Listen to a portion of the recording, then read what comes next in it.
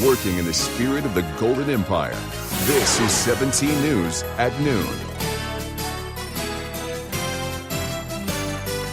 Good afternoon. Thanks for joining us. I'm Tabitha Mills in for Maddie Jansen. It's now clear an attack in the middle of the Saudi desert is having a global effect, and it's raising the potential likelihood of a U.S. military strike and raising gas prices. NBC's Bill Neely reports from Tel Aviv. The fallout from this attack on the world's biggest oil production facility is growing. It's still unclear who did it, but new satellite photos show multiple pinpoint attacks amid a plume of black smoke. Secretary of State Mike Pompeo says Iran's to blame, but offered no evidence. President Trump didn't name Iran, but tweeted what appears to be a threat of military action, warning, "There's reason to believe we know the culprit, are locked and loaded depending on verification, but we're waiting to hear from Saudi Arabia as to who they believe was the cause of this attack and under what terms we would proceed." Iran denies involvement, its foreign minister accusing the US of moving from maximum pressure to maximum deceit. Iranian-backed rebels from Yemen released this propaganda video, claiming 10 of their drones hit the facility. President Trump suggested he was open to talks with Iran. I can tell you that Iran wants to meet. The first opportunity in New York in just over a week when world leaders meet at the UN. So rising military tension and rising gas prices. The oil price surged 10% overnight. One analyst telling NBC News gas at the pumps could rise 25 cents a gallon. The president releasing oil reserves if needed for the first time in 8 years to keep oil flowing at home. It is extraordinary. This was the biggest single hit ever on global oil supply. But the big question this morning is a military one. What will President Trump do now, as he says the US is locked and loaded? And who will the Saudis blame? So far, they have neither named nor blamed their archenemy, Iran. Bill Neely, NBC News in the Middle East. President Trump has posted several tweets about the attack. This morning he posted this one, which appears to blame Iran for the attacks. The tweet reads, quote, "Remember when Iran shot down a drone saying knowingly that it was in the airspace when, in fact, it was nowhere close. They stuck too strongly to that story, knowing that it was a very big lie. Now they say that they had nothing to do with the attack on Saudi Arabia. We'll see." Now we're going to switch gears just a little bit, bring it back local, and take a look at your forecast with Kevin. And we've got the clouds. We talked about that this morning, that they would increase. And we've also been seeing a little bit of action on the radar in terms of some isolated thunderstorms up near the Kern River Valley. You'll see them pop in right there really quick. I'm not even sure that the folks up there saw them roll on through. So possibly a little instability in the atmosphere this afternoon as well. So I have introduced a very slight chance of a thunderstorm into the Kern County mountain locations. We're at 76 right now. Humidity has been on the rise at 48% now with a dew point at 55. A west-northwest wind at 7 miles per hour. I expect those winds to pick up this afternoon as this front continues to push through California. 80s this afternoon. Comfortable on the temperature scale. Back into the 60s by midnight. Right now we're at 66 in Tehachapi. 35% on the humidity with a west-northwest wind at 15. That will continue to increase as well. And for the mountains, temperatures look like this today. Lower 70s, slipping back into the 50s by 10. We'll go more in detail on this coming up in just a few minutes. Tabitha, back over to you. And thank you. Well, the Kern High School District is making some changes to its standard safety procedures. The new policy is part of what's known as the Safer Schools Coalition of Kern. It's making adjustments to school safety in order to clarify the differences between a lockout and a lockdown. 17's Vanessa Dillon explains 2 safety protocols that are making all the difference between life and death. Statistically, if you look at mass shootings, that happening at a school campus is a very, very, very small percentage. But it's not, it could happen. It's a conversation that puts many of us on edge, yet we see it far too often. A shooting should never happen on a school campus, so educators are taking measures to combat the possibility of it ever happening in Kern County. The Safer Schools Coalition of Kern started after the Parkland shootings in Florida in 2018.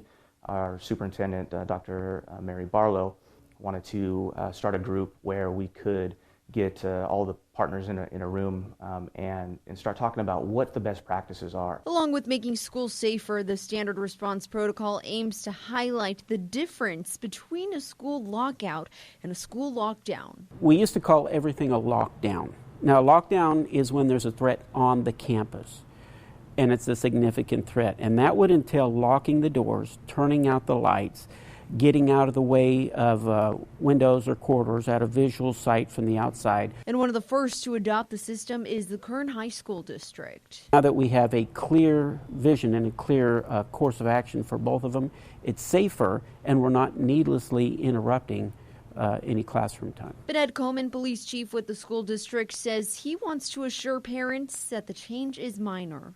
Now, it's not a radical departure from what we were doing before, but it is a very comprehensive but simple way of implementing safety strategies during emergencies. But the importance of the protocol is critical, given that it was inspired by one father's devastating loss. He was a normal person with a normal job. In 2006, his daughter was actually killed by an active shooter on a high school campus in Colorado. Since the shooting death of the founder's daughter, this measure has been adopted by school districts across the U.S. The new system ready to make a clear difference between something minor to critical. We need to be prepared as educators. We need to be prepared as possible as parents, as educators and law enforcement and first responders to be able to combat this, and this is what this program is all about. That was Vanessa Dillon reporting. We've posted more information about the protocol on our website, kget.com. Well, moving on, more local news. The China Lake Naval Air Weapons Station is still getting back online in the wake of two massive earthquakes. The base suffered upwards of $5 billion in damage from the July 4th and 5th earthquakes. But the base is doing testing that will produce sonic booms. The base wants to warn people nearby that they'll hear numerous and continuous loud sounds during the tests. The first one was Friday, but more tests are scheduled happening from this morning until 11 o'clock tonight. A Central Valley Lyft driver is recovering in the hospital following tense moments after a ride. It all unfolded early yesterday morning in Fresno. The driver told police he just dropped off a rider when three people tried to carjack him at gunpoint and shot him. Police are still searching for the three suspects. Lyft released a statement regarding the incident.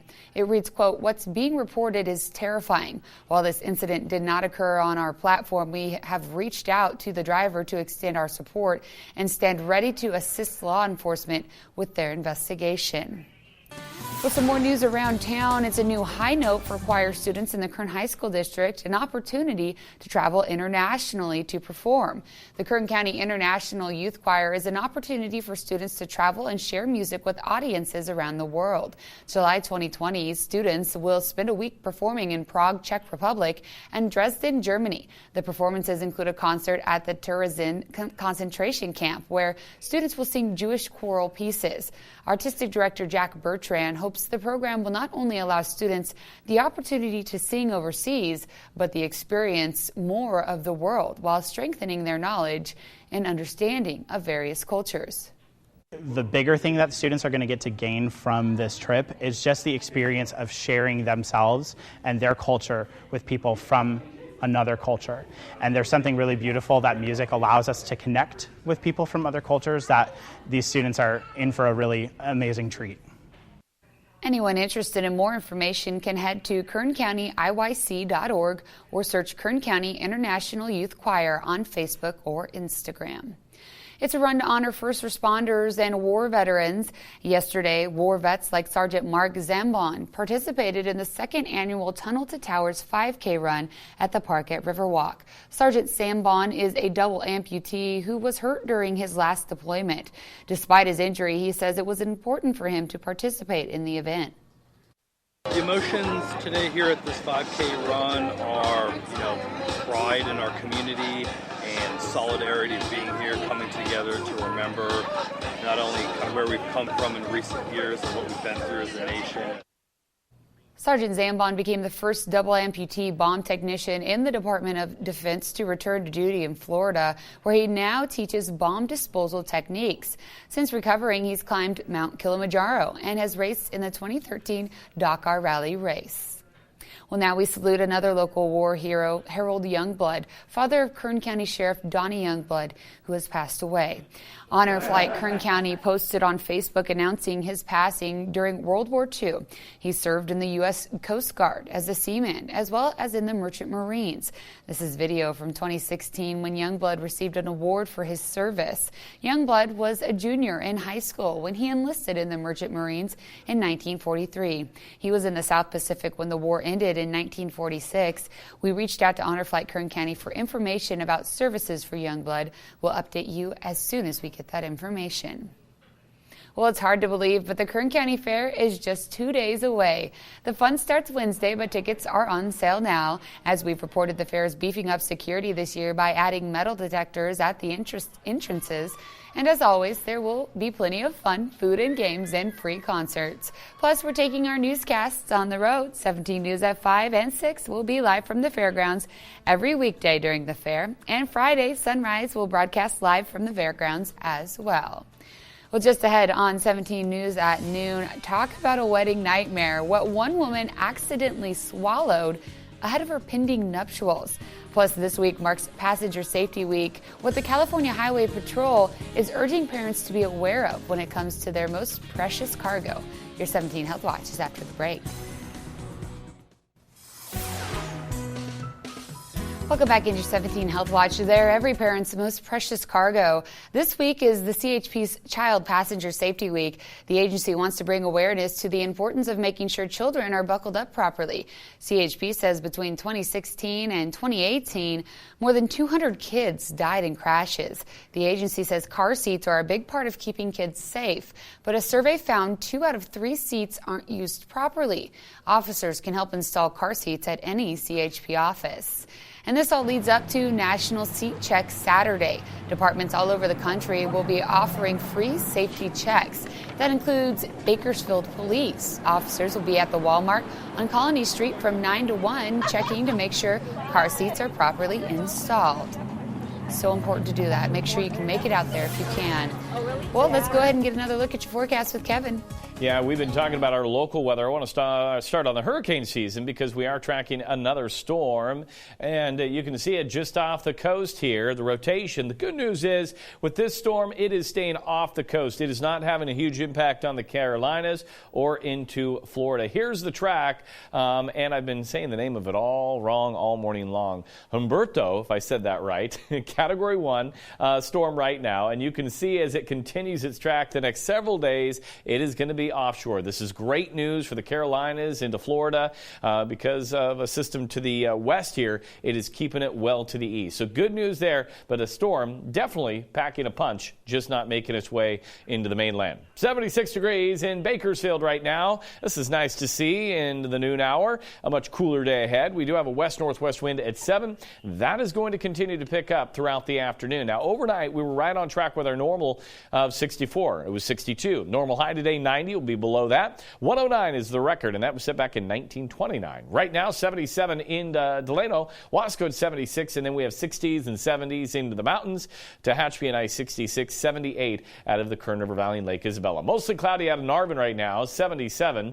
Up in the Golden Hills area, mostly cloudy and the mid-60s. Here's a look at regional temperatures right now. San Francisco at 69, 77 in Fresno, and mid-70s down to the south into LA and San Diego. We're still hot in Vegas at 93, 94 out of Phoenix. So what is helping us with this cooler air? A trough that is developed to the north. It is swinging through the state as we speak, and it's also generated a few isolated thunderstorms in the Kern County area up near the Kern River Valley. This is going to continue to march easterly throughout the afternoon and evening.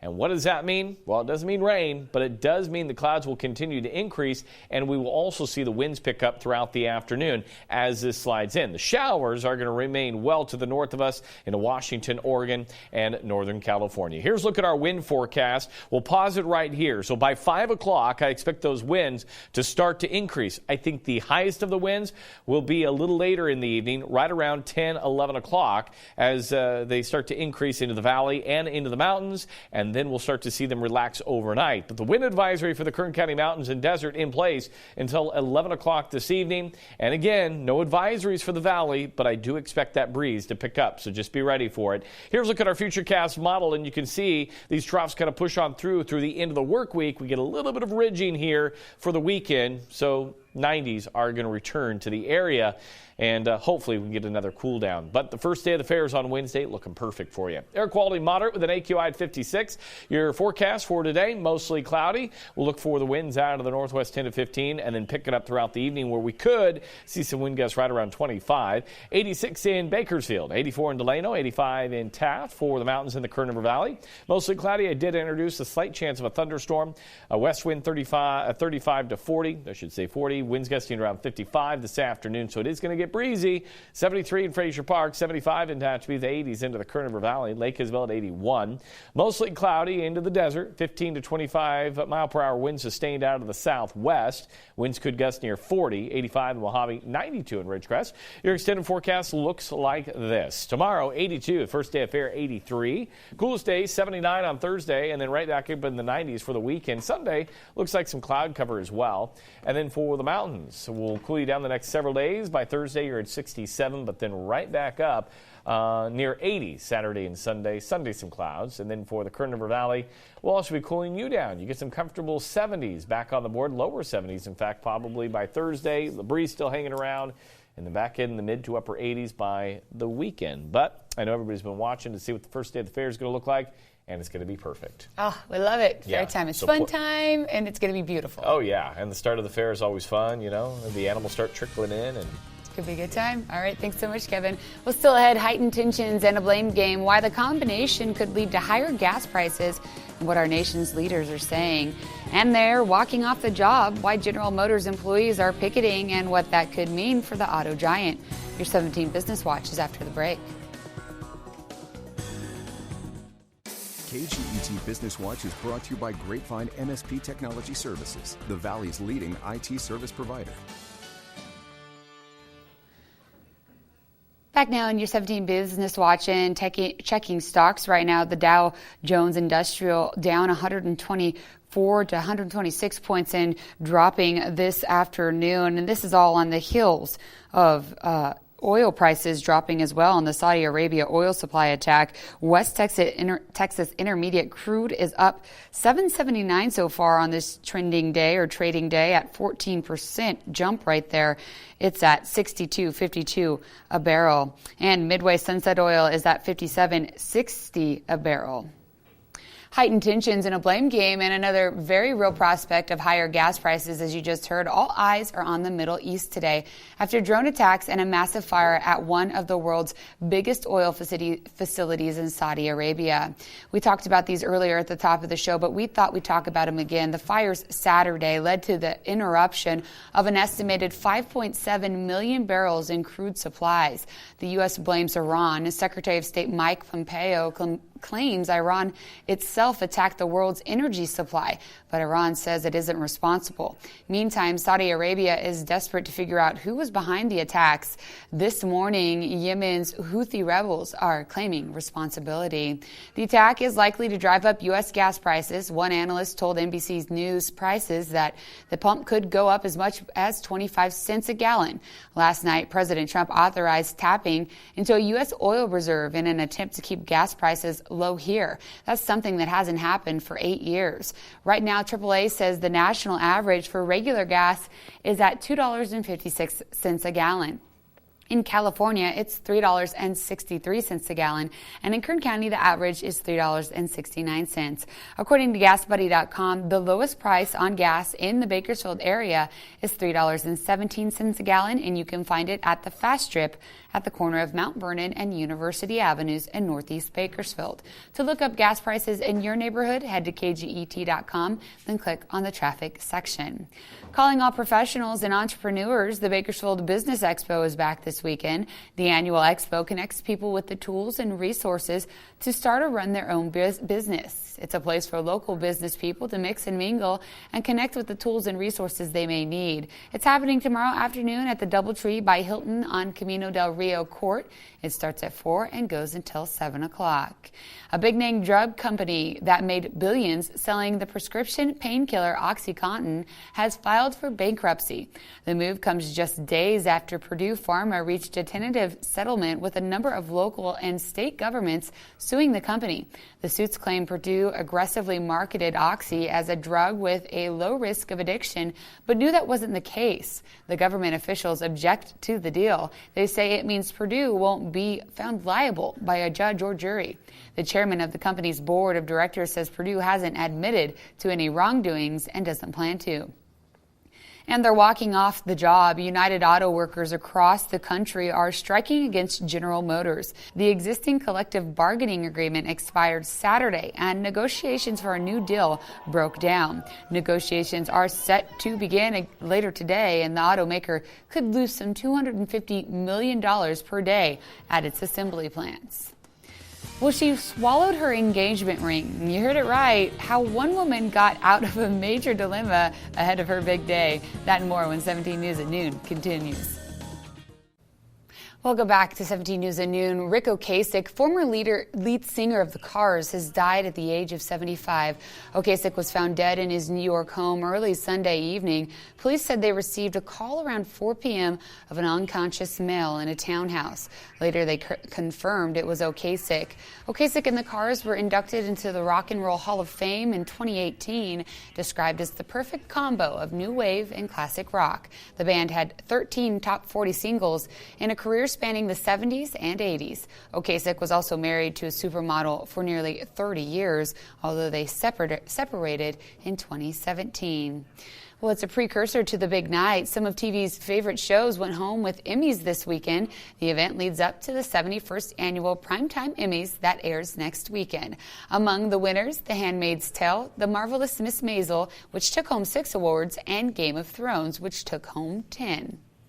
Well, when we return here on 17 News at noon, her big day almost went off without a small hitch. Well, maybe a big hitch when you see where her engagement ring ended up. That's after the break. Welcome back. A vivid dream landed one Southern California woman in the hospital after she swallowed her engagement ring. You heard that right. Jenna Evans says she woke up and noticed her ring was missing. That's when she remembered having an action-packed dream where bad guys were after her. In the dream, her fiancé told her to swallow her ring. And in reality, that's what she did. She told her fiancé what happened. They both laughed and headed to urgent care. And you can see that 2.4 carat ring on that x-ray right there where Evans said it would be. Doctors performed a couple surgeries, plucked the ring right out. Who says? Every girl, I think, wants as big a ring as she can get until you swallow it and are trying to figure out what to do next. Kevin just said, who said dreams can't come true? But I'm not quite sure that's what she didn't want that dream to come true. Exactly. Well, that's all we have for 17 News at noon. Thank you so much for joining us. We'll see you back here at 17 News at 5.